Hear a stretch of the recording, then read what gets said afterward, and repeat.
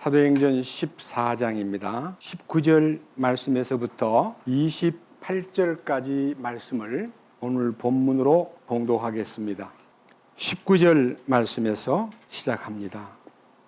어떤 유대인들이 안디옥과 이고니움에서 거기로 와서 사람들을 설득하고 돌로 바울을 친 뒤 그가 죽은 줄로 생각하고는 도시 밖으로 그를 끌어내니라. 그러나 제자들이 그를 둘러섰을 때에 그가 일어나 도시로 들어갔다가 이튿날 바나바와 함께 더베로 떠나니라. 그들이 그 도시에 복음을 선포하여 많은 사람을 가르치고 다시 루스드라와 이고니움과 안디옥으로 돌아가 제자들의 혼을 굳건하게 하며 그들을 권면하여 믿음 안에 거하게 하고 또 우리가 반드시 많은 환난을 거쳐 하나님의 왕국에 들어가야 하리라 하더라. 그들이 각 교회에서 그들을 위해 장로들을 임명하고 금식하며 기도하고 자기들이 믿는 주께 그들을 맡기며 비시디아를 두루 지난 뒤에 밤빌리아에 이르러 말씀을 버가에서 선포하고 아달리아로 내려가 거기서 배 타고 안디옥을 향해 떠나니라. 이곳은 그들이 이룬 그 일을 위하여 전에 그들을 하나님의 은혜에 맡겼던 곳이더라. 그들이 도착하여 교회를 함께 모아 하나님께서 자기들과 함께 행하신 모든 일과 또 그분께서 이방인들에게 믿음의 문을 열어주신 것을 되풀이하여 말하고 거기서 제자들과 함께 오랫동안 머무니라. 28절 말씀까지 말씀을 봉독했습니다. 다시 한번 기도드리겠습니다. 주님,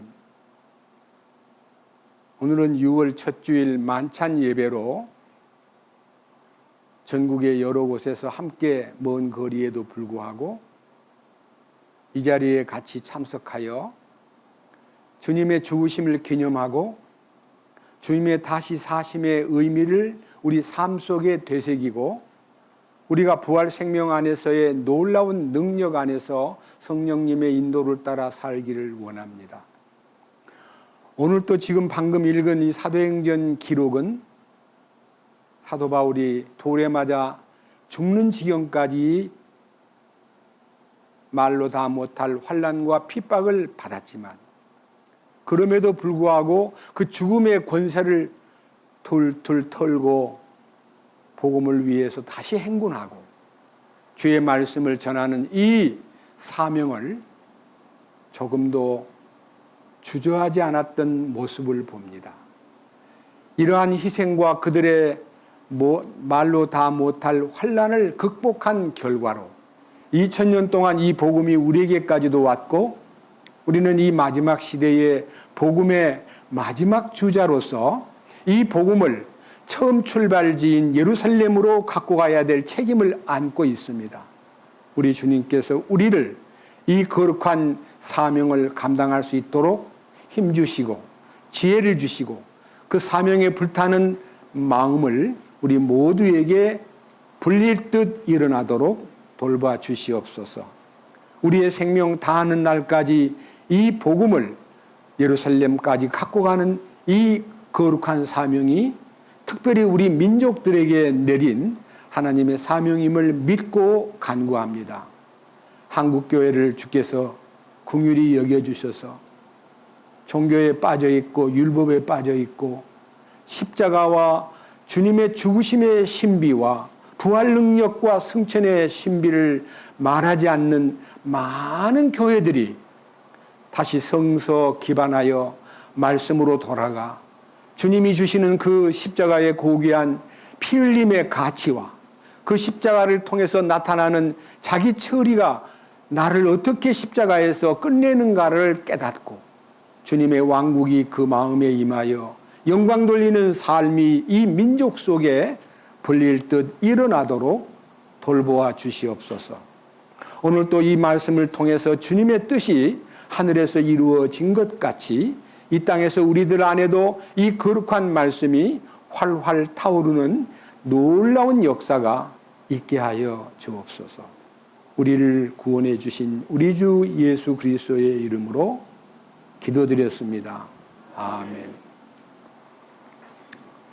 오늘 이 14장 조금 전에 읽었던 이 본문 내용은요, 세계 제1차 선교 여행 마무리 부분입니다.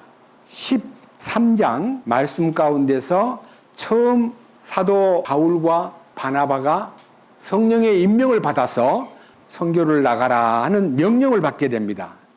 자, 조금 앞으로 넘겨가지고요, 13장 4절 말씀을 보겠습니다. 13장 4절. 이처럼 성령님께서 보내신 그들이 실루기아로 떠나 거기서 배 타고 키프로스로 항해하여 살라미에 이르러 유대인들의 회당들에서 하나님의 말씀을 선포하고 또한 요한을 자기들을 섬기는 자로 두었더라.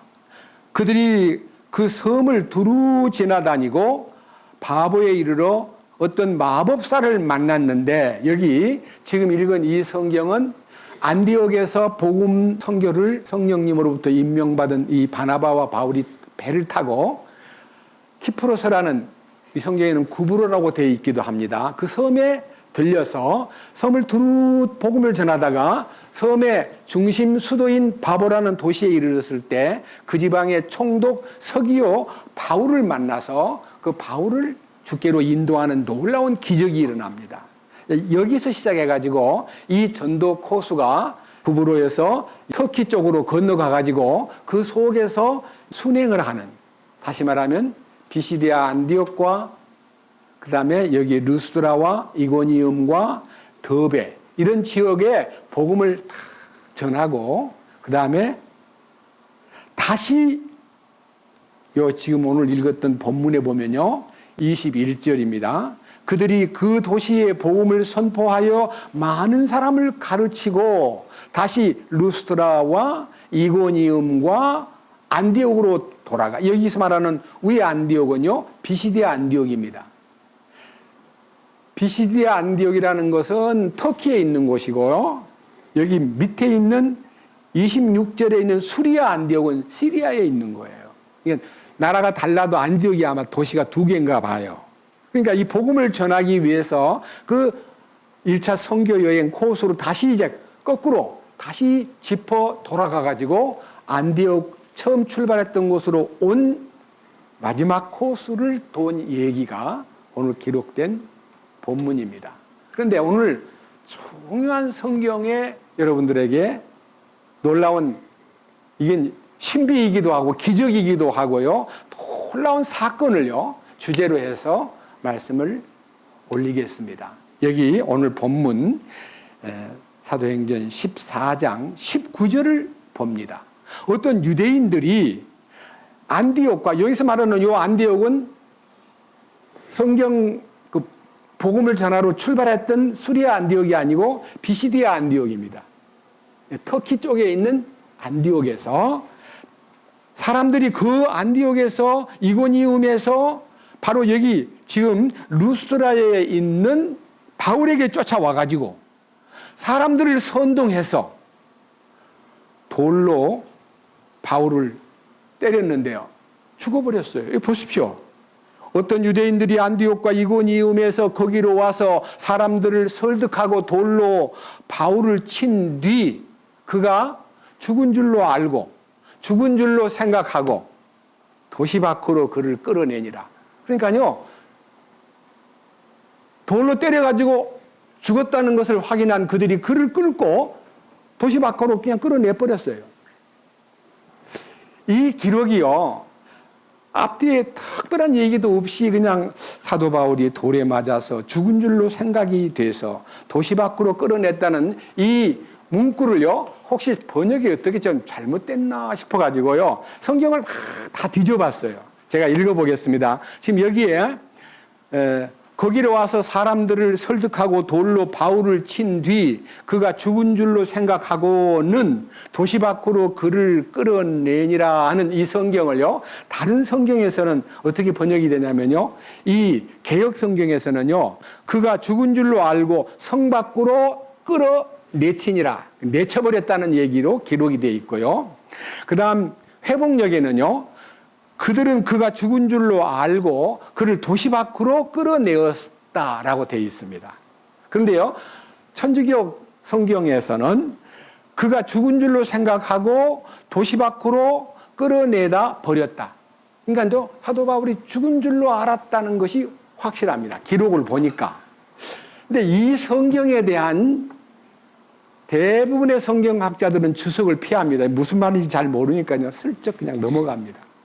대부분 다. 그런데요, 저는 이 성경을 놓고 꽤 긴 시간 동안 주님, 이 일이 죽었는지, 진짜로 죽었다가, 그 다음에 진짜로 죽었다가 살아났는지, 안 죽었는데 다시 그냥 기절했다가 일어났는지, 그걸 모르니까요, 그 다음 절을 보니까요, 20절. 그러나 제자들이 그를 둘러섰는데 그가 일어나 도시로 들어갔다가, 그러니까요, 제자들이 길가에 버려진 그를 놓고 어떻게 하면 좋을까 하고 쳐다보고 있는데 벌떡 일어나는 거예요. 그래서 여러분들이 죽었다가 살아났다는 건지 아니면 안 죽었는지 기절했다가 일어난 건지 좀 이게 애매모호한 성경이에요. 근데 이 성경을 풀어준 성경이 다 고린도후서 12장에 있걸랑요. 한번 읽어봅시다. 자, 고린도후서 12장으로 가서 사도 바울이 그날 당한 일로 인해서 어떤 일이 벌어졌는가를 그분만이 아는 비밀을 입을 열었어요. 그가 입을 열었는데 고린도후서 12장 1절입니다. 자세히 들어보세요.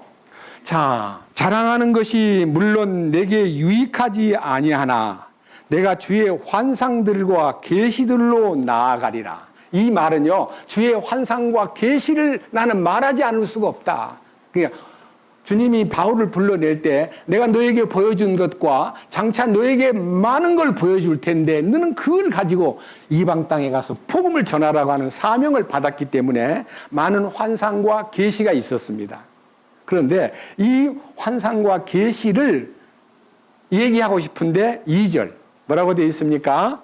내가 그리스도 안에 있는 한 사람을 알았는데, 자기 얘기가 아니고요, 남 얘기하듯이 합니다. 보세요. 내가 그리스도 안에 있는 한 사람을 알았는데, 자기를 얘기하지 않는 거잖아요.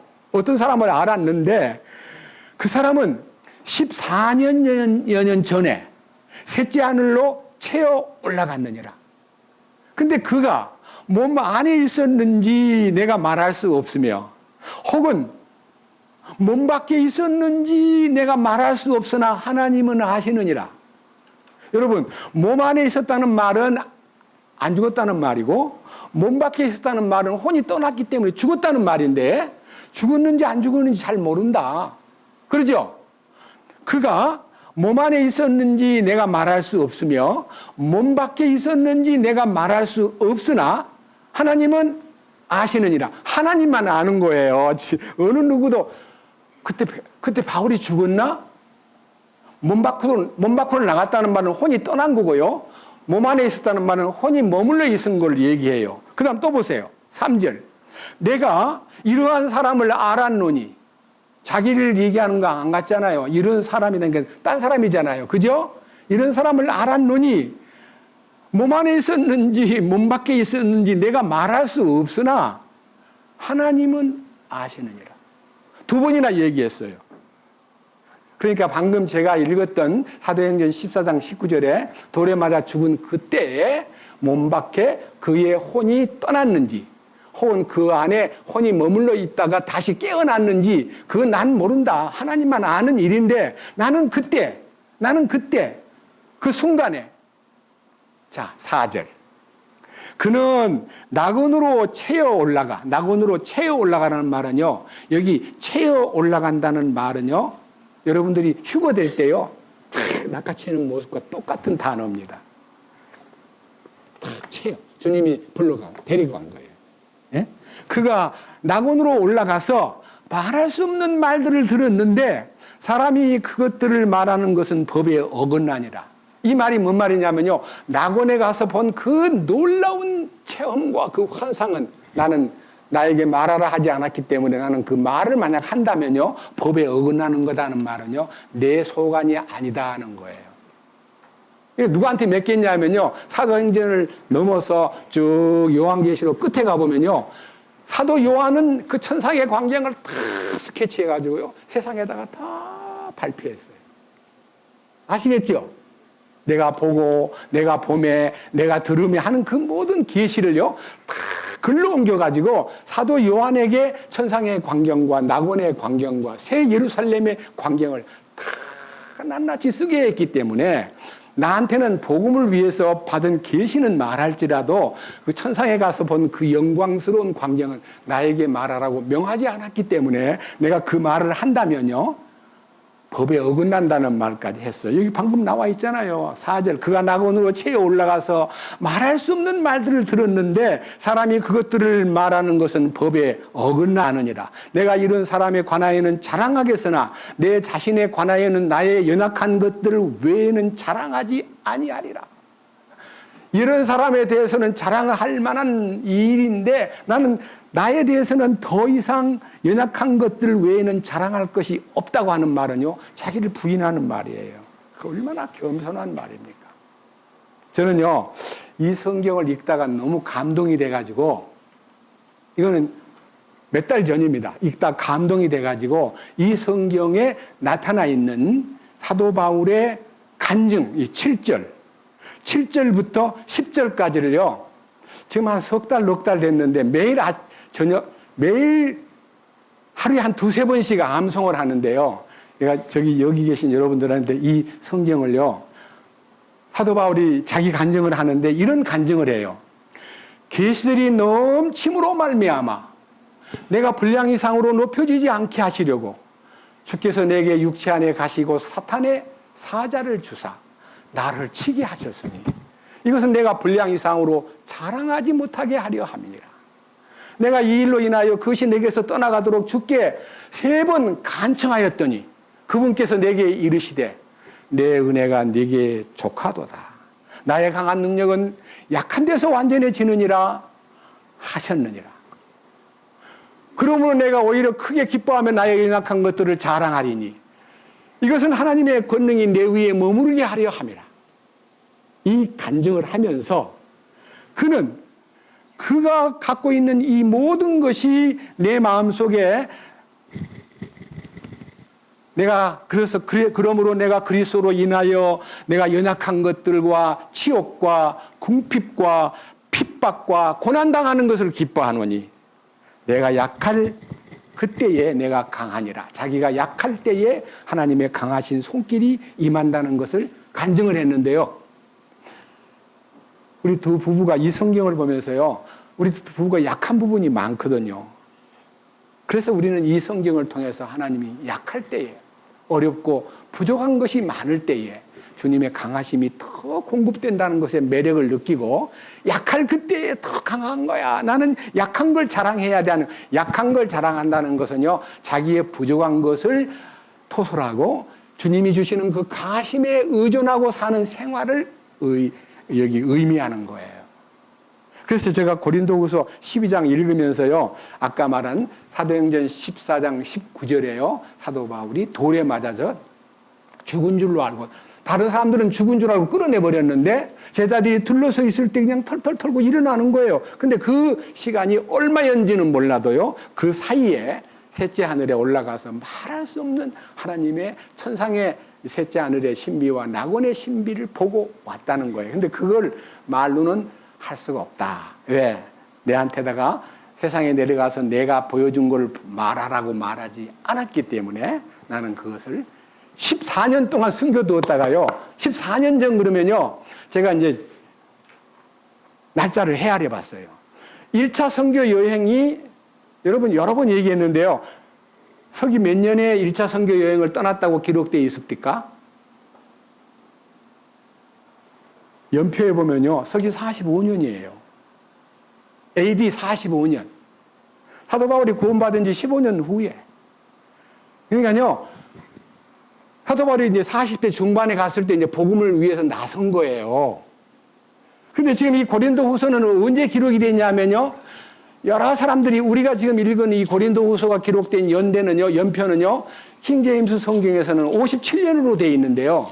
스코필드 성경이나 기타 다른 주석을 보면 전부 60년에 기록된 걸로 나와 있어요. 그러니까 기록된 횟수가 차이가 있기 때문에 이것이 뭐가 맞다, 뭐가 틀리다 하고 얘기할 게 아니라요. 사도 바울이 14년 전에 하는 말이요. 바로 고린도 후서가 기록될 당시에 14년 전은 1차 선교 여행을 떠난 지 1년 만이에요. 그러니까 바로 이 루스드라의 사건하고 딱 이렇게 부딪혀요. 그 경험을 고린도 교회가 왜 이 말을 들어야 되느냐? 고린도 교회는요, 사도 바울을 사도라고 취급하지 않고 무슨 사도가 바울이 아니야. 12사도 말고는 없어. 하고 바울이 사도됨을 고린도 교회가 공격을 했어요. 나는 베드로가 좋다. 개바파. 나는 아볼로가 좋다.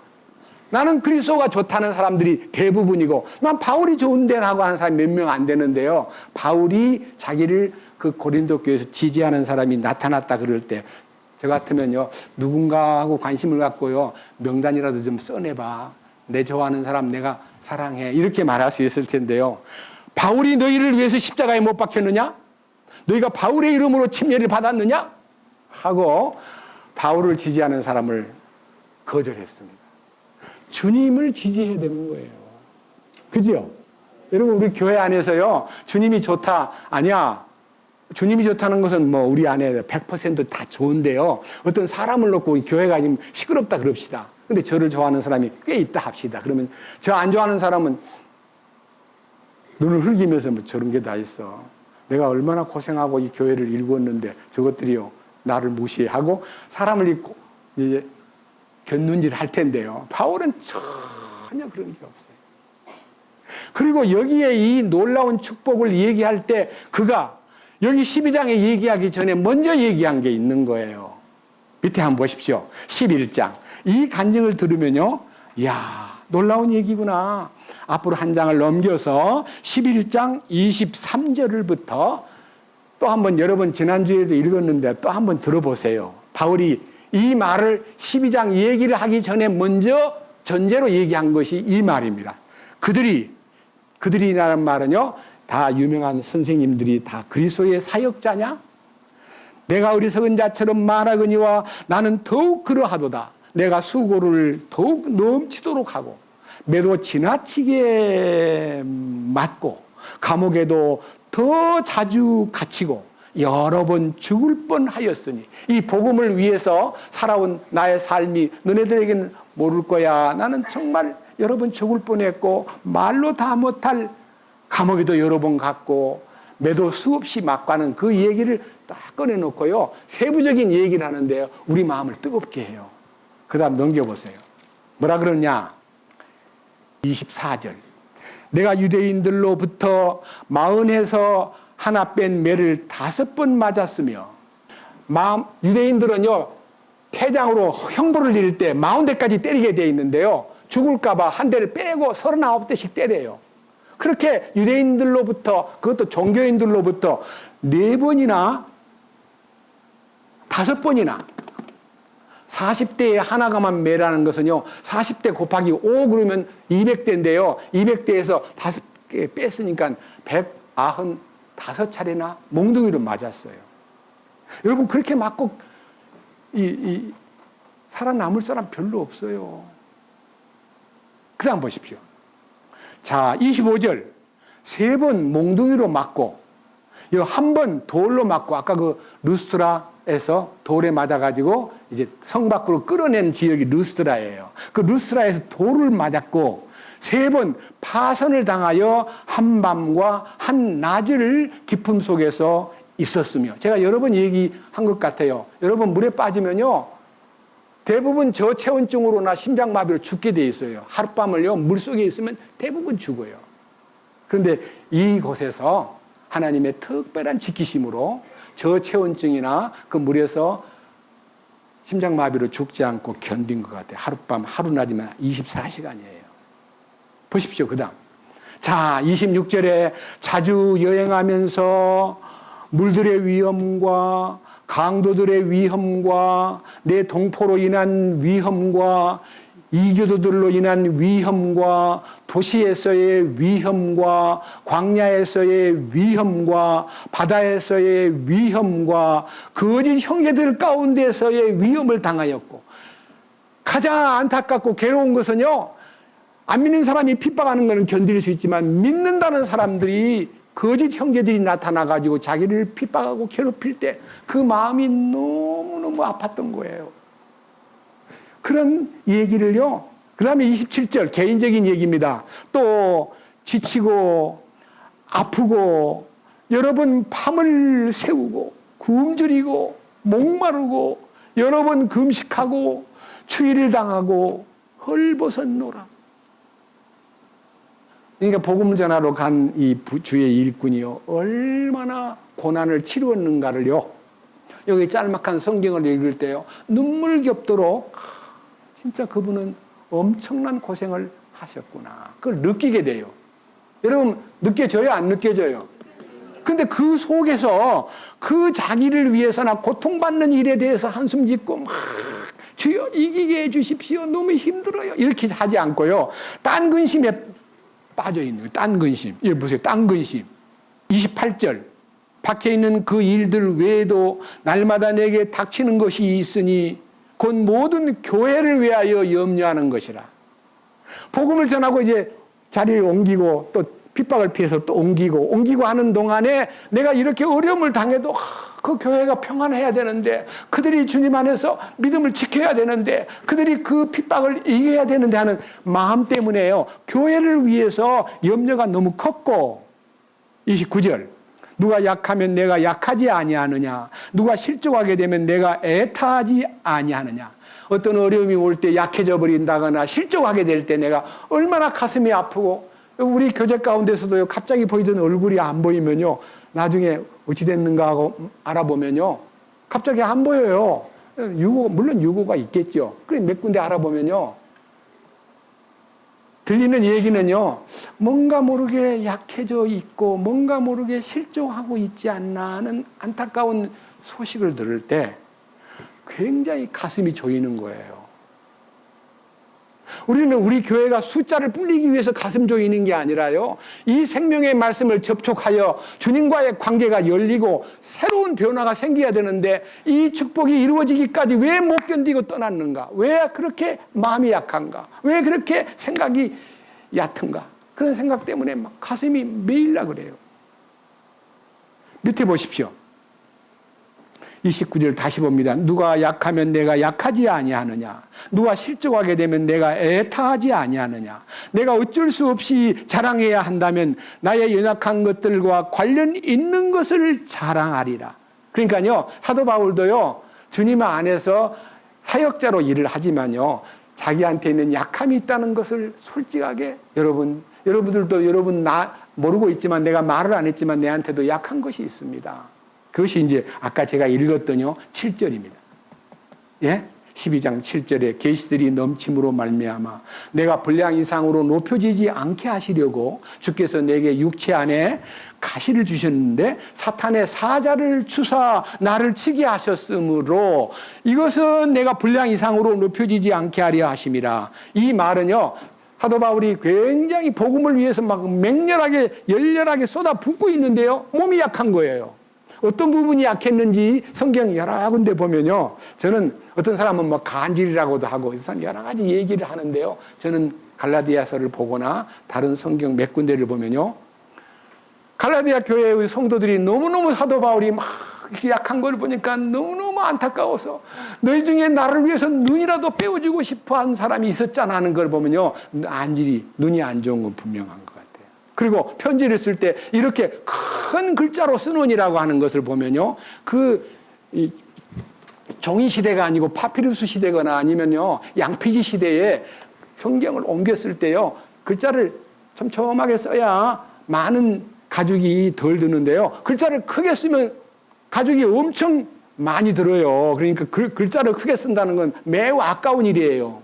근데 사도 바울은 자기가 눈이 나쁘기 때문에 글자를 크게 썼다고 표현하기도 하고, 교회 안에서 눈이라도 빼어서, 그때는 개한 수술을 하거나 눈 이식을 못하니까 안타까워서, 그때 무슨 안경이 있는 시대도 아니고, 그때 무슨 눈 나쁜 사람 눈을 이게 기증하면은 눈을 이렇게 개한 수술할 수 있는 거 있죠? 근데 그 눈을 주고 싶어도 내 눈을 빼주고 싶은데요 할 정도인데도 그런 의료시설이 없기 때문에 마음은 간절해도 아마 사도 바울이 눈이 매우 좋지 않았는가 보다. 재판받을 때 대제사장이 막 옆에서 막 떠드니까 약간 손가락질하면서 지적했더니 옆에서 당신 말이야 왜 대제사장을 욕해? 미안해 나는 몰랐어. 이렇게 몰랐다고 얘기하는 걸 보면요 잘 안 보였다는 뜻이에요. 그런 걸 보면 사도 바울이 눈이 매우 좋지 않았다 하는 얘기가요, 다메섹 도상에서 주님 만날 때요 너무 강한 하늘로부터의 영광의 빛이 비칠 때요, 그러니까 그때 장님이 돼버렸어요. 그 다음 얼마 있다가 아나니아를 만나서 눈을 뜨긴 했는데 그 눈이 매우 상했구나 하는 것을 짐작할 수가 있어요. 여러분 그렇게 알면은요 훨씬 성경 읽을 때 도움이 될 거예요. 자, 그런데 12장 8절 내가 이 일로 인하여 내가 이런 핸디캡이 있기에 그것이 내게서 떠나가도록 주께 3번 간청하였더니 간절한 마음으로 주님 나의 이 눈을 좀 고쳐주십시오. 내가 복음을 전하는데 지장이 많습니다. 주여 내 눈을 밝게 해주십시오 하고 3번 간청을 했는데 주님이 그래 하고, 좀 사도 바울은 그냥 안진뱅이도 일으키고 막 여러 기적이 많이 행하는 자기한테는 안수를 해도 자기한테는 아무 효과가 없는 거예요. 뭐라 그랬어요? 9절 주님의 해답입니다. 그분께서 내게 이르시되 내 은혜가 네게 족하도다. 나의 강한 능력은 약한 데서 완전해지느니라 하셨느냐. 내 은혜가 네게 족하도다. 충분해. 너는 더 이상 나한테 은혜와 긍휼을 구할 필요가 없어. 내가 너에게 은혜를 많이 베풀었다 하는 얘기를 듣고요, 그가 오히려 크게 감사를 드리면서 기뻐하고 나의 연약한 것들을 자랑하리니 이것은 그리스도의 권능이 내 위에 머무르게 하려 합니다. 내가 눈 나쁜 것 때문에 전도하는데 지장이 있는 게 아니라 주님이 이 부족한 부분을 통해서 더 강하게 공급해 주신다는 걸 믿었기 때문에요, 눈이 치료되지 않고 밝아지지 않았어도요 조금도 후회하거나 원망하지 않고 오히려 10절 그러므로 내가 그리스도로 인하여 약한 것들, 치욕을 받고 궁핍을 당하고 핍박당하는 것을 그리고 고난당하는 것을 기뻐하노니 이는 내가 약할 그때에 내가 강함이니라. 약함이 있음으로써 주님의 강하심이 더 공급된다는 것을 주님의 힘으로 지탱하고 주님의 힘으로 산다는 것을 그는 간증을 했습니다. 저는 이 성경을 지금 몇 달째 암송을 하면서요 큰 위로를 받습니다. 그래서 오늘 여기 계신 사랑하는 형제 자매님들, 사도 바울이 당한 그 고난의 흔적을 1차 선교 여행 때만 스케치 제가 해봤는데요 많아요. 전도하는데 엄청난 방해가 따랐어요. 그래서 13장부터 14장까지 2장 속에서 사도 바울이 복음을 전하러 다니면서 당했던 많은 소위 말하는 사탄의 방해 공작과 핍박을 한번 살펴볼까 싶습니다. 먼저 사도행전 13장 6절입니다. 그들이 그 섬을 두루 지나다니고 바보에 이르러 어떤 마법사를 만났는데 그는 거짓 대언자로서 유대인이며 그의 이름은 바예수더라. 이름은 바예수라 그러고 마법사고 그리고 유대인이고 거짓 대언자가 그 바보에 머물러 있는 거예요. 바보는요 이스라엘 땅이 아니잖아요. 그 바보라는 구브로 섬의 총독. 자, 그 다음 7절. 그가 그 지방에 총독된 서기오 바울과 함께 있었는데 옆에 그 마법사가요 예수 안 믿는 서기오 바울하고 같이 이제 마법사가 인기가 있잖아요. 여러분 요술을 부리고 하면요 그 이제 심심하게 느낀 사람들은 그 사람 옆에다 두고 마법을 이렇게 자주 보고 지내는 그 서기오 바울이라는 총독이 있었어요. 그런데 그가 분별을 가진 사람이기 때문에 바나바와 바울을 만날 때 하나님 말씀을 듣고 싶소. 말씀을 듣고 싶소 하고 관심을 바울에게 보이는 순간. 그러니까요, 마법사하고 같이 있다가요, 말씀을 듣겠다고 바울과 바나바를 만날 때 이 서기오 바울이요, 관심을 보이면서 바울에게 접근하니까 무슨 일이 벌어졌냐 하면요, 8절. 그런데 마법사 엘루마는, 이 이름이 두 가지 이름이, 하나는 바예수, 하나는 엘루마예요. 엘루마라는 말은요, 번역하면 마법사라는 뜻이에요. 이 마법사가 사도 바울과 바나바를 대하여 총독을 믿음에서 돌아서게 하고자 하니, 총독을 예수 못 믿게 만들려고 방해를 하는 거예요. 이것도요, 복음을 전하는 사람에게 커다란 마법사의 방해 공작이에요. 사탄의 방해지요. 근데요, 사도 바울이 좀 조용히 하세요, 물러나세요, 이렇게 하고는 안 돼요. 마법사가 더 힘을 발휘할 수가 있으니까요, 주님의 이름으로요, 9절과 10절, 11절까지 보면요, 놀라운 기적이 일어나요. 뭐라고 되어 있느냐? 이에 바울이라고도 하는 사울이 성령님으로 충만하여 그를 주목하고. 여러분, 성경에요, 사도행전 9장에 사울이 주님께 이게 다메섹 도상에서 불러서 사울아 사울아 네가 왜 나를 핍박하느냐라고 불렀을 때 사울이요, 선교 파송을 당할 때도 사울과 바나바를 보냈다고 되어 있는데요, 여기서 바울이라고도 하는 사울이라는 말을 하면요, 저는 제가 몰랐을 때, 이걸 제대로 몰랐을 때는 사울이 언제 바울 됐지? 주님이 새로 이름을 지어줬나? 여러분, 아브라함이 되고 사레가 사라가 되고 야곱이 이스라엘이 되고 하는 이름을 바꿔준 일이 많잖아요. 베드로 보고 넌 게바라 하리라. 이름을 바꿔준 주님이 새 이름을 주신 것처럼 바울도 새 이름을 받은 줄로 알았는데 원래부터 이름이 두 개였어요. 여기 있잖아요. 바울이라고도 하는 사울이 성령님으로 충만하여. 왜 그때 바울이라는 이름을 쓰기 시작했는데 그 다음부터는 다 바울로 나와요. 왜 그랬을까요? 제가 얘기했잖아요. 총독 서기오가 바울이에요. 그러니까요, 이름이요, 통하면 좀 친해질 수 있잖아요. 맞아요, 안 맞아요?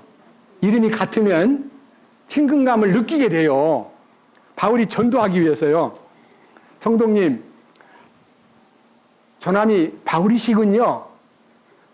저도 이름이 바울입니다. 아, 이러니까, 이름이 같군 하고 이제 친근감을 느끼는 거예요. 저는요, 전도하기 위해서 자기의 옛 이름을 크로즈업 시켜가지고 나도 이름이 바울이요 라고 했던 것 같아요. 그런데 이 일로 인해서 여기 마법사, 소위 말하는 바예수, 여기 엘루마가 복음을 방해하고 공작을 부리니까 가만히 둘 수가 없는 거예요. 주님의 권위로요. 여기 10절, 11절. 이르되 오 모든 간교와 모든 악독이 가득한 마귀자식이여. 야, 대단한 얘기입니다. 마법사 엘루마를 보고 마귀자식, 이 마귀자식 하면서 모든 의의 원수여, 네가 주의 바른 길들을 굽게 하는 일을 그치지 아니하겠느냐? 이 복음을 지금 이 총독 서기오 바울에게 말하여 그를 주께로 돌이키려고 그러는데 너 어떻게 그렇게 방해를 하는 거야? 마귀 자식 같으니라고 하면서 강하게 몰아붙였는데 욕하고 끝낸 게 아니라요. 그 다음 11절. 이제 보라, 주의 손이 내 위에 있으니 네가 눈이 멀어 한동안 해를 보지 못하리라 하매 곧 안개와 어둠이 그 위에 임함으로 그가 가서 손을 잡아 자기를 인도할 사람을 찾더라. 갑자기 눈 뜨고 막 떠들고 방해하던 사람이 장님이 돼버렸어요. 나 좀 잡아줘. 어디로 가야 되지? 눈이 장님이 돼가지고 도와줄 사람을 찾는 광경이 딱 벌어진 거예요. 즉각 그 순간 서기오 바울 총독이 구원을 받는데 12절 이에 총독이 그 이루어진 일을 보고 믿으며 주의 교리에 놀라니라. 총독이요, 친구같이 늘 옆에 두었던 엘루마라는 마법사가요, 장님 되는 걸 딱 보는 순간에 하나님의 능력과 권위가 있는 분들이구나 하고 거기에 감동을 받고 그 가르침에 복종함으로써 이 서기오 바울이 구원을 받게 돼요. 이런 역사가 성경을 전하는 사람에게 상당히 어려운 일종의 방해 공작을 물리치는 주님의 능력이 나타나는 광경을 1차에서 이제 보았고요. 그 다음 조금 더 넘어가 가지고요. 방금 봤던 성경 13장 44절을 보겠습니다. 13장 44절은 한 장을 넘겨보세요. 44절.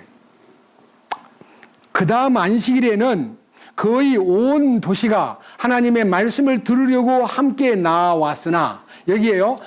이 섬에서 이제 버가를 떠나가지고, 그 다음에 14절에 이제 13장 14절에 보면요. 비시디아 안디옥에 가서 어느 회당에서 성경을 탁 전했는데, 제가요. 이 13장 성경 사도 바울의 1차 선교 여행의 설교를요. 3차례나 나누어 설교를 했기 때문에 과거 걸 들어보면 됩니다. 너무 많은 사람들이 다음 안식일에도 말씀해 주세요 하고 막 몰려오는 거예요.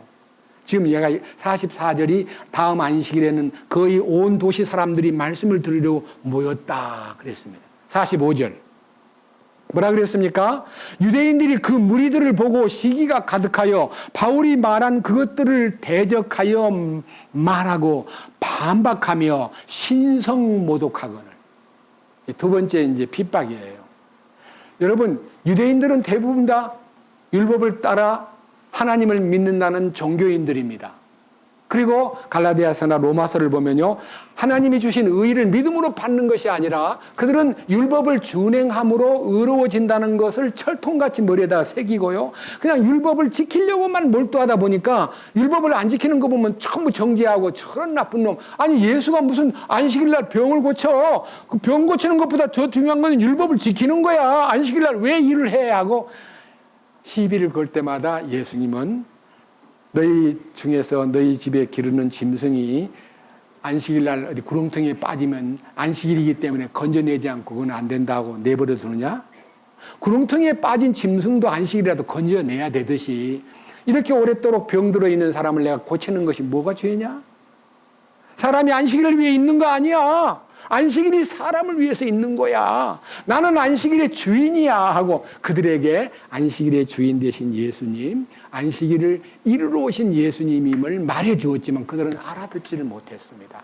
그러니까 그들이 이 바울의 선교를요 방해하고 반박하고 그 다음에 신성모독을 함으로써 46절 이에 바울과 바나바가 담대하게 되어 이르되 하나님의 말씀을 마땅히 너희에게 먼저 말할 필요가 있었으나 너희가 그것을 버리고 너희 자신을 영원한 생명에 합당치 않은 자로 판단하므로 보라 우리는 이방인들에게로 돌아서노라 해서요 이 복음의 방향을 유대인들에게 전력을 다해서 비록 전도를 이방 땅에 나왔지만 거기에 디아스포라들이 많기 때문에 유대인들에게 복음을 전하려고 했는데도 거절하기 때문에 이제 우리는 할 수 없이 이방인에게 전도하러 간다고 선언하는 이방인의 시대가 열리는 순간 얘기까지 말씀을 드렸습니다. 자, 첫째는 마법사 엘루마의 저항, 두 번째는 유대 민족들, 종교인들의 강력한 반발, 그 다음 세 번째, 여기 또 보면요. 그 말씀이 14장 1절에 있습니다. 14장 1절. 이고니움에서 그들 둘이 함께 유대인들의 회당에 들어가 그와 같이 말하니 유대인들과 그리스인들의 큰 무리가 믿더라. 그러나 믿지 않는 유대인들이 이방인들을 선동하여 그 형제들에게 악한 생각을 품게 하니라.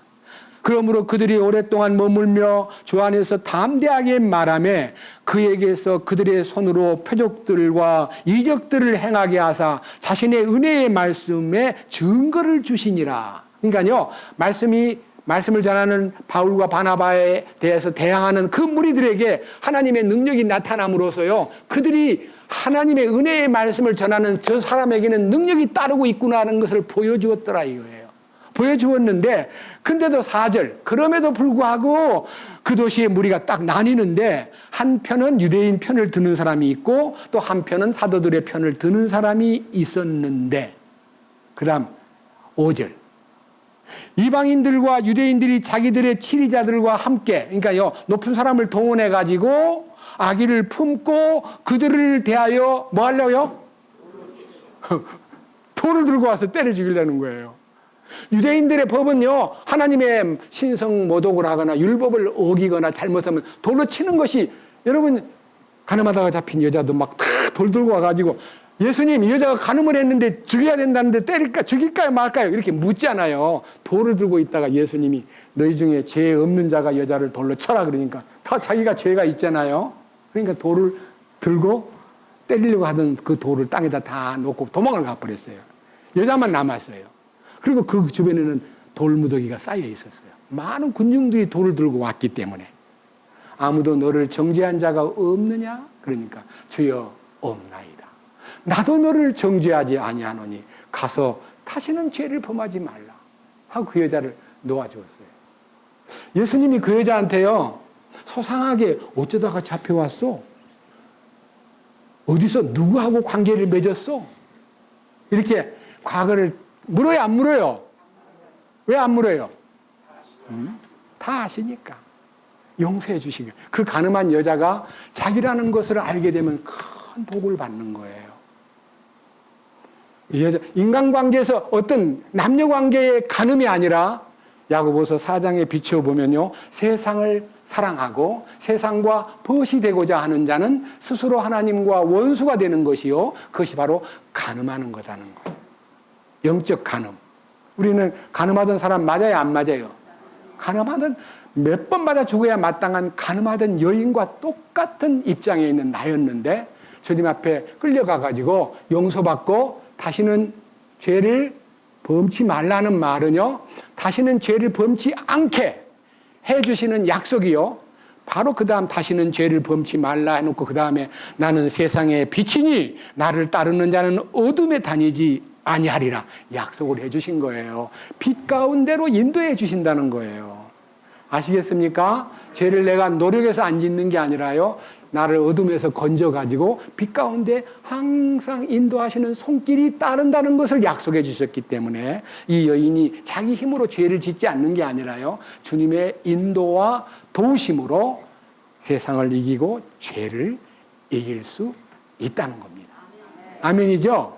자, 그런데 여기에서 이걸로 끝나지 않고요, 여기에 또 핍박이 따르는데 14장, 이제 지금 읽었던 이 내용에 이제 뒤를 이어가지고 14장 8절로 갑니다. 8절. 자, 루스트라에 이제 핍박을 피해서 루스트라에 갔는데요, 아까 읽었던 14장에 이런 사람들이 돌을 들려고 치려고 대드니까요, 이는 피신을 하여 유대인들이 이제 공격하는 것을 듣고 그 다음에 이제 복음을 전하기 위해서 다른 지역으로 6절 이하입니다. 14장 6절. 그들이 그것을 알고 루가오니아의 도시인 루스드라와 더베와 주변 지역으로 도피하여 거기서 복음을 선포하니라. 이제 복음을 전하기 위해서요, 핍박이 심하니까 이제 딴 도시로 이제 피신해가지고 복음을 전합니다. 여기 이제 8절부터요, 루스드라에 가서 생긴 사건은 간단하게 말씀을 올리겠습니다. 루스드라 지역에서 말씀을 전하는데요, 어떤 사람이 말씀을 듣는데 너무 앞에 앉아가지고 너무 초롱초롱하게 말씀을 막 받아들이고 있는 걸 보고요, 바울이 그에게 구원을 받을 만한 믿음이 그 사람에게 있음을 알고 그를 일컬어 일어나라, 똑바로 일어나라, 이렇게 세워버리는 거예요. 그 큰 능력이 나타나요. 이 일로 인해서 또 놀라운 일이 벌어지는데, 그 도시에 있는 많은 소위 말하는 제우스 신전을 지어놓고, 제우스 신전은 우주의 왕이라고 불리는 신이에요. 네? 제우스 신전을 지어놓고 그 안에서 경배를 드리던, 그 로마 말로는 주피터라 그래요. 주피터 신전에 있는 제사장이요, 아, 저분은 하늘로부터 내려오신 분이야. 바울과 바나바를 하늘로부터 내려온 신이라고 생각을 하고 생각이 탁 바뀌면서, 바나바는 아마 훤칠하고 키가 컸나 봐요. 주신인 주피터라고 부르고, 바울은 웅변의 신인 여기에 머큐리란 말은요, 헬메스라는 뜻인데 헬라 말로 헬메스, 무슨 말이냐면 말하는 신, 웅변의 신, 그 다음에 주피터의 대변자. 그러니까 말하는, 말 잘하기 때문에, 말을 많이 하기 때문에 주피터를 이제 섬기는, 보좌하는 신이라 해서요. 밑에 보세요. 12절.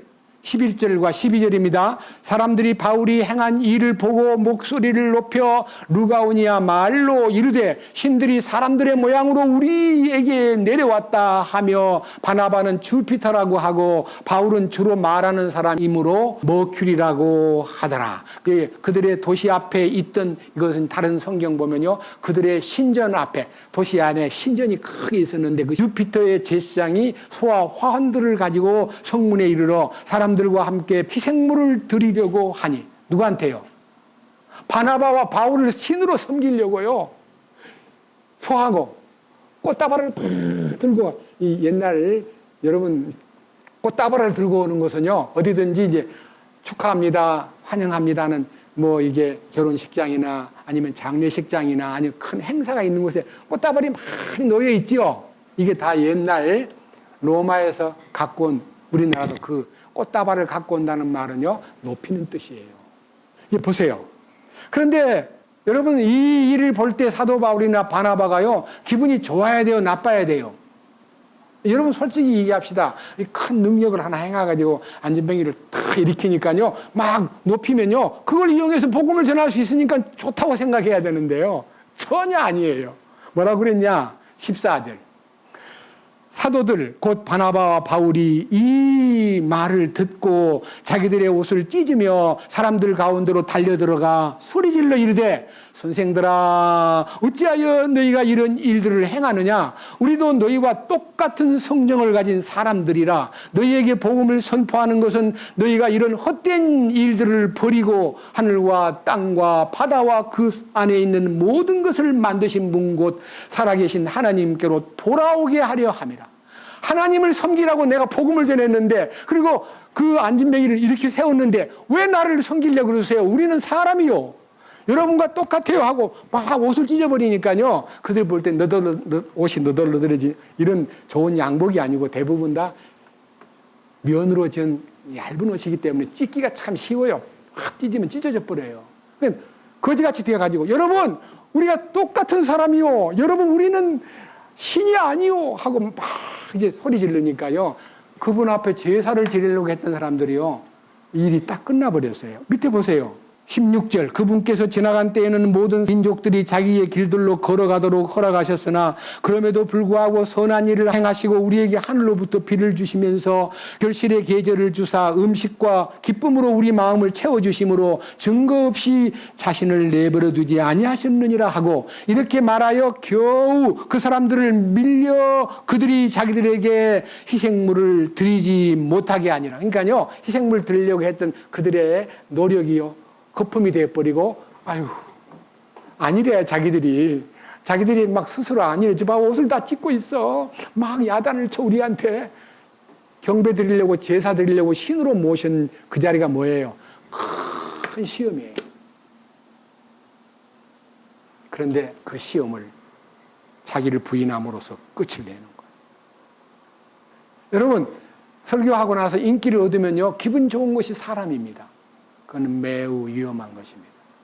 주님을 높이는 얘기가 나와야 성공적인 설교지, 그 사람이 유명해지고 막 박수 보내고 대단합니다, 할렐루야 할렐루야 하고 복음 전하는 사람이 높여지는 것은 복음을 전하는데 커다란 그 높임을 받으면 받을수록 주님을 멀어져 버리는 거예요. 자, 그런데 놀라운 일이 딱 역전되는 거예요. 그 순간. 보세요. 그 순간. 18절까지는요, 제사를 못 지내게 딱 신으로 섬기려고 하는 그 무리들을요, 거부했을 때 박수를 보내야 될 사람들이요, 돌을 들고 온 거예요. 보세요. 그 다음. 18절. 이렇게 말하여 겨우 그 사람들을 말려 그들이 자기들에게 희생물을 드리지 못하게 하니라. 그 다음 19절. 어떤 유대인들이 안디옥과 이고니움에서 거기로 와서, 그러니까요, 다른 지역에서요, 이미 복음을 전하고 왔던 그 다른 이고니움과 다른 여기 루스드라에서요, 예? 이 다른 안디옥 지역에서 이 루스드라로 사람들이 왔는데, 그 유대인들이요, 거기로 와서 사람들을 설득해가지고요, 바울을 돌로 친 거예요. 그러니까요, 순간적으로 신으로 섬기려고 했던 사람들이 루가오니아의 소위 말하는 이 신으로 섬기려고 했던 사람이 돌을 들고 오면 여보세요. 아니 이분을 왜 돌로 치려고 그러세요? 안 돼요 하고 막아야 되는데요. 같이 그냥 지켜보는 데서 돌로 쳐서 죽은 줄을 알고 성 밖으로 내쳐버렸다는 겁니다. 여러분 이런 핍박 속에서도 조금 더요. 보세요. 털털 털고요. 보세요. 뒤에 20절. 그러나 제자들이 그를 둘러섰을 때에 그가 일어나 도시로 들어갔다가 이튿날 바나바와 함께 더베로 떠나니라. 더베가 이제 1차 선교 여행의 마지막 코스예요. 그다음 이제 그 더베에서 그들이 그 도시에 복음을 선포하여 많은 사람을 가르치고 다시 이제 거꾸로 루스드라로 이고니움으로 안디옥으로 돌아가 제자들의 혼을 굳건하게 하며 그들을 권면하여 믿음 안에 거하게 하고 또 우리가 반드시 많은 환난을 겪어야 하나님의 왕국에 들어간다는 것을 가르쳤습니다. 환난 당하는 것이요 우리를 더 키우고 우리를 더 풍성케 하고 주님의 능력을 나타내는 하나의 통로라는 것을 여러분 아셔야 됩니다 하고 사도 바울의 마음속에요 숨어있던 간절한 이 속에 말씀으로는 표시가 안 되어 있지만요 훗날 로마에 보내는 편지 속에요 하나님은 당신이 사랑하는 자들을 위해서 그런 모든 환난과 핍박과 어려움이 와도 그 모든 어려움을 다 통해 가지고 주님의 선을 나타내신다는 것을 말해 준 겁니다. 로마서 8장. 자, 로마서 8장입니다. 로마서 8장 두 절만 보겠습니다. 28절과 29절입니다. 이것이 바로 사도 바울이 그 1차 선교 여행에서 그 많은 시험을 받고 환난을 당하고 돌에 맞고 버림을 당하고 쫓김을 당한 이런 모든 일들이요 하나도 하나님 앞에 쟁점이 되지 않고요 그거를 그냥 다 받아들이기 때문에 28절 우리가 알거니와 하나님을 사랑하는 자들 곧 그분의 목적에 따라 부르심을 입은 자들에게는 모든 것이 합력하여 무엇을 이룬다고요? 그러니까 자기들이 지금 아주 어려움을 당했지만 이것이요 그들을 핍박을 피해서 다른 도시로 가면 거기서 또 구원받는 역사가 일어나고 또 핍박해서 쫓김을 당하면 그 다음 도시로 가면 또 복음이 일어나고 해서 하나님은 당신의 목적을 우리한테 다 이루시기 위해서 그런 어려움이 비록 따르지만 주님의 거룩한 선이 이루어지는 것을 나는 확실히 경험했소 하는 얘기예요. 그 다음 29절 그분께서 자신이 미리 아신 자들을 또한 예정하사 자신의 아들의 형상과 같은 모습이 되게 하셨나니 이것은 그분이 많은 형제들 가운데서 처음 난 자가 되게 하려 하심이라. 우리 주님은요 우리를 당신의 몸으로 만드셔가지고 머리 되신 주님이 그 몸을 이끌어가는 거기 때문에 핍박을 받는 것은요 사도 바울이 핍박한 사람들이 예수 믿는 사람을 핍박했는데 다메섹 도상에서 사울아 사울아 네가 왜 예수 믿는 사람을 그렇게 못 살게 구느냐 이렇게 말씀하지 않고 너가 왜 나를 핍박하느냐 그러니까 대답하기를 주여 당신은 니시옵니까? 나는 네가 핍박하는 예수다. 예수님을 핍박했다는 것을 바울이 알았기 때문에 바울은 핍박받는 것이 나를 핍박한 것이 아니라 주님을 핍박한 것이니까 주님이 이 일을 다 알아서 이끌어주시고 돌봐주시고 그리고 선을 이루시는 분이라는 것을 사도 바울은 평생을 복음을 전하면서도 자기한테 적용을 시킨 것입니다. 여러분 우리 믿음이요 그러한 믿음이 속에 내재해야 어떤 어려움이 와도 낙심하거나 쉽게 실망하지 않고 주님 무엇을 주시려고 하십니까? 하고 기다리는 사람이 될 수 있는 거예요. 여러분 어려움이 올 때요 분명히 그 다음에 뭐가 있어요. 그 주님이 주시는 답을 얻기까지는 침묵 지켜야 돼요. 그리고 불평을 하거나 원망하면 안 돼요. 주님 이길 수 있도록 도와주십시오. 이 고비를 넘기도록 주님이 이끌어 주십시오. 저는 주님을 따르겠습니다. 주님 이것도 주님이 다 주신 거지요. 주님이 허락했기 때문에 왔지요 하고 이게 마음을요 쏟을 때 뭐가 같이 되냐면요 야곱이 20년 동안 바단 아람의 외삼촌 댁에서요 일을 열심히 하다가 딸들 둘을 데리고 이제 의논해 보니까요 외삼촌 라반이 그냥 안 보내줄 걸 아니야. 봐봐. 10번이나 우리 품삯을 쏘기고 자기 이익만 챙기는 그러니까요. 비상한 머리를 가진 사람이 야곱인데요. 그 외삼촌 라반은 더 비상해요. 야곱보다. 그 야곱이 그냥 가자. 아이고 딸 둘을 데리고요. 애들들 데리고 짐승을 몰고 도망을 나왔어요. 바단 아람에 도망갔어요. 도망간 지 며칠 만에 라반이 딸도 안 보이고 손자들도 안 보이니까 야 어디 갔니? 떠났어요. 인사도 안 하고 떠나? 아니 애들하고도 뽀뽀도 하고 애들하고 빠이빠이도 하고 떠나야 되지. 이것이 나쁜 놈이네. 이제 자기 한 건 생각 안 하고요. 막 화가 막 잔뜩 나가지고 막 나귀를 타고 막 쫓아가는데요. 하루 만에 못 가고 하룻밤을 자야 되는데 하나님이 그 전날 밤 꿈속에서 라반 야곱에 대해서 가타부타하지 마.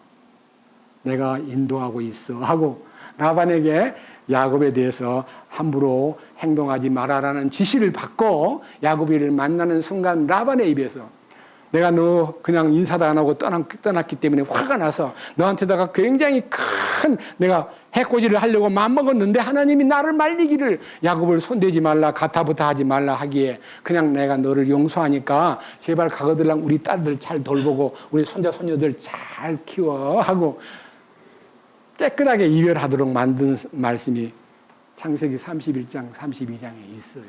여러분 하나님을 사랑하면요 하나님은 그런 악감을 품은 사람의 마음도 풀어주시기도 하고 길을 이렇게 탁 열어주시는 거예요. 걱정하지 마세요. 우리를 향해서 어떤 방법으로 모함하고 대들고 나를 괴롭혀도 주님이 다 보고 계신다는 것만 알면 내가 주님 앞에 떳떳하기만 하면요 아무 문제가 없는 거예요. 아시겠죠? 우리는 그 주님을 믿는 거예요. 저는 오늘 이 만찬주의를 당해가지고요 어떤 말씀으로 이 식구들에게 주님의 위로가 나타날까 싶었는데요. 제가 오늘 제목을요. 환난과 핍박 중에서도 복음이 이렇게 퍼져가는 모습을 볼 때 사도 바울은 굽히지 않았고 그런 환난과 핍박과 고통을요. 조금도 역겨워하거나 하나님이 보내셨는데 왜 그러세요? 보호를 해주셔야지 하고 이렇게 전혀 그런 귀절이 없어요. 그냥 핍박이 오면 피하는 거예요. 그리고 또 다음 길을 가는 거예요. 그 다음에 그 가는 길이 주님이 정하신 길이기 때문에 아주 놀라운 일이 있는데요. 저는 이제 여기서 성경 이제 다음번에 하겠지만요. 신기한 얘기를 여러분한테 들려드리겠습니다. 16장. 자, 사도행전 16장을 보겠습니다. 이거는 몇 주 후에 하겠지만요. 미리 좀 여러분들한테 예고합니다. 뭐냐? 1절.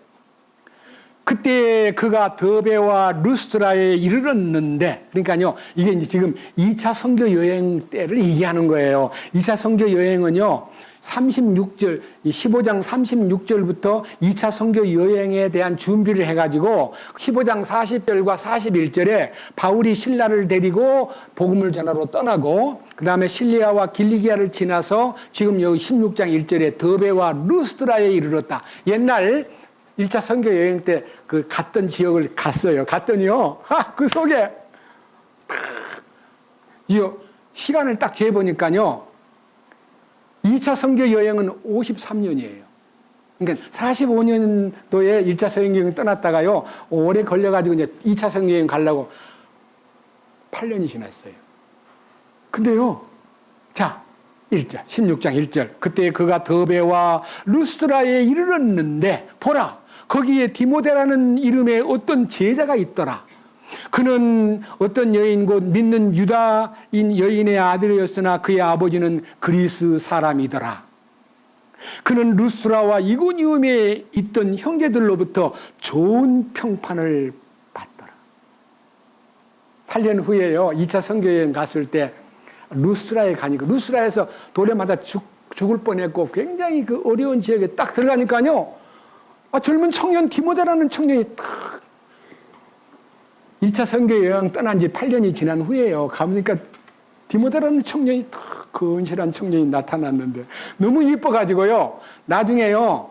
사도 바울은 장가를 안 갔기 때문에 양아들을 삼았는데 이 루스트라의 이 디모데가 양아들이 돼요. 그리고 복음의 후계자가 돼요. 여러분 디모데 전서 디모데 후서를 읽어보면 사도 바울이 얼마나 디모데를 사랑했는가를 느낄 수 있어요. 아시겠죠? 디모데를 얻은 거예요. 루스라 출신의 디모데. 예? 신으로 초항받다가 그 다음에 결국은 거절함으로써 돌에 맞아가지고 죽었다고 느낄 만큼 몸 밖에 있었는지 몸 안에 있었는지 나는 몰라. 하나님은 아신다는 말은요. 그때 내가 죽었는지 기절했는지 모른다는 뜻이에요. 그럼에도 불구하고요. 여기 디모데를 얻어가지고 그 디모데를 데리고 이제 복음을 전하러 함께 떠나는 것이 그 다음 보여요. 그 다음에 이제 말씀을 드리고 싶고요. 그 루스라 지역에서 출생한 어머니는 유대인이고 아버지는 헬라인인데 아버지는 일찍 돌아가셨어요. 그런데 이 집안이요. 바울을 만나기 전에 이 집안은 유대교의 전통을 따라서 믿음으로 주님의 오심을 기다리는 가정이었기 때문에 자, 디모데 전서와 후서에서 디모데의 배경을 한번 성경적으로 한번 훑어보겠습니다. 너무 생각이 열리기 때문에 우선 디모데 후서 1장 1절부터 봅니다. 자세히 들어보세요. 1절. 하나님의 뜻으로 말미암아 그리스도 예수님 안에 있는 생명의 약속에 따라 예수 그리스도의 사도가 된 바울은 나의 극진히 사랑하는 아들 디모데에게 편지하노니 하나님 아버지와 그리스도 예수 우리 주로부터 은혜와 긍휼과 평강이 있기를 원하노라. 내가 밤낮으로 기도하는 가운데 끊임없이 너를 기억함으로 내 선조들 때로부터 내가 순수한 양심으로 섬기는 하나님께 감사를 드리고 네 눈물을 마음 깊이 생각하며 너 보기를 몹시 원함은 내가 기쁨으로 충만하게 되고자 함이라. 내가 네 속에 있는 꾸밈없는 믿음을 회상하노니 그것은 먼저 내 할머니 로이스와 내 어머니 유니게 속에 있었으며 내 속에도 있는 줄을 내가 확신하노라. 그러므로 내가 안수함으로 내 속에 있는 하나님의 선물을 네가 불 붙이게 하려고 너로 하여금 기억하게 하노니 하나님께서는 우리에게 두려움의 영을 주지 아니하시고 권능과 사랑과 건전한 생각의 영을 주셨느니라. 이 편지만 읽어도요. 사도 바울이 그 디모데를 몹시 사랑했구나. 그리고 아들처럼 생각하고 그리고 그 가정에 외할머니 로이스와 자기 어머니 유니게 속에 있던 믿음이 그 아들에게도 연결된 것을 바울은 알고 있구나. 바울은 율법을 공부하던 굉장히 전통적 가말리엘 문화생이기 때문에요. 그 디모데 집을 딱 알아낸 것이요. 그 가정은 믿음의 전통이 있는 곳이야. 여러분, 율법만 내세우고 율법만 주장하다가 주님을 반대하는 무리가 있지만요. 율법을 제대로 배우면 율법에서 뭐를 배웁니까? 내가 할 수 없다는 걸 배우면요. 주께로 돌아서요. 율법은 우리를 그리스도께로 인도하는 모학 선생이에요. 뿐만 아니라 율법을 통해서 내가 무능한 존재라는 것을 발견만 하면 내가 열심히 법대로 살려고 막 몸부림을 치다가 이거 안 된다는 걸 알면 율법은 우리를 몽학 선생으로서 깨우쳐가지고 율법의 의로는 하나님께 의로워질 사람이 없고 그를 그리스도께로 인도하는 몽학 선생이 된다는 저도 그 몽학 선생 밑에서요 10년 이상의 훈련을 받았어요. 안 된다는 걸 아니까 주님이 보이더라고요. 그죠? 주님이 다 이루신 분이기 때문에 그분에게로 가기만 하면은 그분의 하신 일을 믿기만 하면 하신 일을 힘입고 주께 가기만 하면 뭘 얻어요? 영원 삶을 얻는 거예요. 여러분 왜 그게 어렵습니까? 여기 계신 분들 가운데 이 영원한 생명을 얻는 것과 거듭나는 이 얘기가요. 왜 이렇게 어렵게 들립니까? 왜 자꾸 자기 생각을 합니까? 나는 할 수 없는 죄덩어리요. 나는 무능한 사람임을 알기만 하면 주님 천부여 의지 없어 손 들고 옵니다. 그렇게 하면 되는 거예요. 항복하면 돼요. 그럼 주님이 너 그동안에 내가 보니까 너무너무 너도 혼돈 속에 헤매는 거 보니까 너는 밉다. 너는 안 돼. 이렇게 하는 하나님이 아니에요. 아무리 굴곡이 있고요. 아무리 과거가 복잡해도요. 주님은 오기만 하면 다 맞이해 주시는 분이에요. 그분은 사랑과 긍휼이 넘치는 분이에요. 이 축복이요. 오늘 여기 계신 여러분들이요. 사도 바울이 그 어려움 속에서도 환난과 핍박을 받으면서 견딘 그 믿음이요. 이기는 자가 되게 할 뿐만 아니라요. 아들은 육신적으로 아들을 못 낳았기 때문에 아들은 없지만요. 디모데 같은 훌륭한 믿음의 아들을 하나 얻어가지고 큰 위로가 되고요. 그 다음 그 디모데를 나중에 에베소 교회에다 파송을 시켜가지고요. 이야, 열심히 복음을 위해서 일하도록 만든 사도 바울의 후계자가 된 거예요. 이 디모데가. 여러분, 이런 놀라운 복음의 일꾼들이 남긴 신앙의 모본은 우리가 다 배워야 되고, 우리는 그 길을 따라서 우리가 어떤 환난과 핍박이 오더라도 믿음을 지킬 뿐만 아니라 주님께 모든 걸 맡기고 순종만 하면요, 합력하여 선을 이룬다는 것을 마음에 되새기고, 오늘 말씀 가운데서 그 사도 바울의 그 말로 다 못할 핍박을 조금 더 힘겨워하거나 원망스러워하거나 조금 더 못마땅하게 막 짜증을 내지 않고요, 한 번도 얼굴 찌푸린 모습이 없이요, 바나바하고 둘이서 갑시다. 도망을 가요. 복음을 위해서 도망을 가요. 다른 도시로 도망가가지고 또 거기서 복음을 전해요. 또 핍박하면 또 다른 도시로 가요. 그리고 또 핍박받았던 돈으로 또 가서 또 복음을 격려하는 거예요. 그래서 자, 14장 이제 마지막 절 읽고 마치겠습니다. 자, 14장 21절부터 읽겠습니다. 21절. 그들이 그 도시에 복음을 선포하여 많은 사람을 가르치고 다시 루스드라와 이고니움으로 그리고 안디옥으로 돌아가 제자들의 혼을 굳건히 하며 그들을 권면하여 믿음 안에 거하게 하고, 또 우리가 반드시 많은 환난을 거쳐 하나님의 왕국에 들어가야 하리라 하더라. 하나님의 왕국에 들어가는 길은요, 환난을 통해서 많은 훈련을 받는 거예요. 그 환난은 뭐냐? 자기를 꺾는 거예요.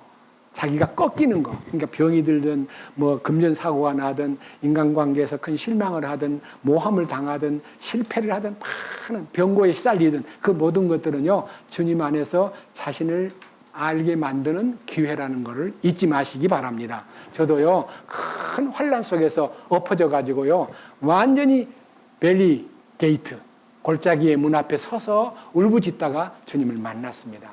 그러니까요, 그런 환난의 끄트머리에서 주님과 만나게 된 겁니다. 자, 23절. 그들이 각 교회에서 그들을 위해 장로들을 임명하고 금식하며 기도하고 자기들이 믿는 주께 그들을 맡기며 비시디아를 두루 지난 뒤에 밤빌리아에 이르러 말씀을 버가에서 선포하고 아달리아로 내려가 거기서 배 타고 안디옥을 향해 떠나니라.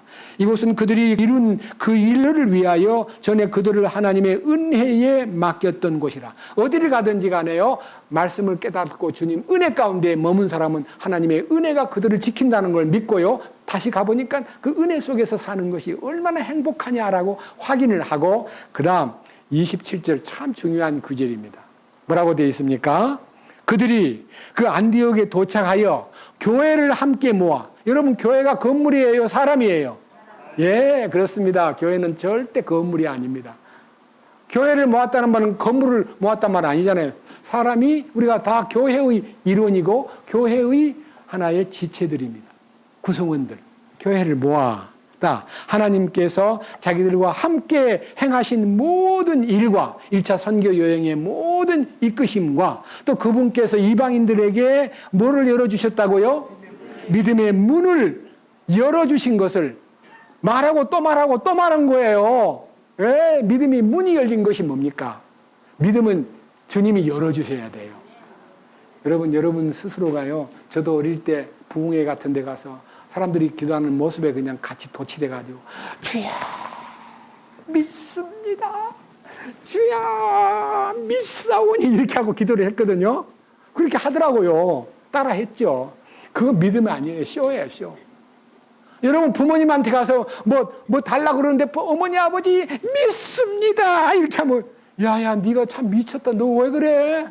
그런 말 안 해도 나 다 네 알아서 해줄 거야. 부모님한테 믿습니다 믿사오니 그러면 부모님이 좋아해요, 안 좋아해요? 그럼 안 좋아한다는 거 아닌데 왜 하나님 앞에 그래요? 예? 믿습니다 믿사오니는 전혀 하나님한테 안 통하는 거예요. 잘못된 모습이에요. 믿음은요, 마음으로 믿는 거예요. 어떻게? 말씀이 싹 들어와 가지고요. 여러분, 이 말씀이 뭐예요? 하나만 설명하겠습니다. 오라 우리가 서로 변론하자. 너희 죄가 좋은 것들일지라도 눈과 같이 희어질 것이요 진홍같이 붉을지라도 양털같이 되리라. 한 이사야 1장 18절은 영수 중에 영수 중 영수증 주면 뭘 알아야 돼요? 지불 완지의 증서잖아요. 네 죄를 위한 지불이 끝났다. 네 죄를 다 말끔히 씻었기 때문에 눈보다 더 희게 양털보다 더 희게 해놨다. 내가 네 허물을 빽빽한 구름이 사라짐같이 네 죄를 안개의 사라짐같이 도말하였으니 도말 발을 도자에다가 없앨 말자예요. 뭘 발라가지고 뭘 없앴어요? 예? 예수의 피를 칠해서 죄를 없애버린 거예요. 도말하였으니 너는 내게로 돌아오라. 내가 너를 구속하였음이니라. 그러면 돌아오면 용서한다 그랬어요? 용서하기 전에 돌아오라고 용서해놓고 돌아오라 그랬습니까? 그럼 용서돼 있어요? 안 돼 있어요? 지금도 저 바깥에 있는 저 죄인들은 용서돼요? 있어요? 안 있어요? 그럼 어떻게 해야 돼요? 우리가 알려줘야 돼. 또 용서해 놓았다는 거를. 그것이 복음이에요. 아시겠죠? 기독교는요, 주님이 이루신 것을 알려주는 것이지, 우리 보고 노력해서 그거를 쟁취하라, 금식을 해야 된다, 철야를 해야 된다, 새벽기도 나와야 된다, 연보를 많이 내야 된다, 그 전부 다 거짓이에요. 주님과 만나고 난 다음에 너무 감사해서 기도하고 뭐 찬양하고 헌금하는 건 자유예요. 근데 그거를요, 먼저 가르쳐가지고 종교인 만들고 율법주의자가 되게 만드는 것은 엄청난 실패예요. 아시겠죠? 주님을 찬양합니다. 주님 감사합니다. 오늘은 사도 바울과 바나바가 1차 선교 여행 때 그 많은 고통과 환난과 돌에 맞아서 죽을 뻔한 어려운 일에 닥쳤음에도 불구하고 조금도 낙심하거나 후퇴하거나 원망하지 않고 복음을 위해서 충성을 다한 모습들을 읽어보았습니다. 그로 인해서 놀라운 역사가 사도 바울을 위로하고 또 주님의 손길을 통해서 디모데 같은 훌륭한 믿음의 제자를 아들로 삼고 영적인 아들만 아니라 육신적으로도 아들같이 그를 사랑함으로써 사도 바울의 모든 일생 동안 복음을 전하는 일에 커다란 동반자가 된 디모데의 얘기도 곁들여 알려드렸습니다. 우리 모두가 다 이 진리의 말씀에 순종하고 충성하면 합력하여 선을 이루시는 주님의 손길이 뒤따른다는 사실을 믿습니다. 우리 주 예수님께서 우리를 더욱더 믿음 안에서 강하고 담대한 그런 사람들로 살아갈 수 있도록 이끌어 주시옵소서. 우리 주 예수 그리스도의 이름으로 기도드렸습니다. 아멘.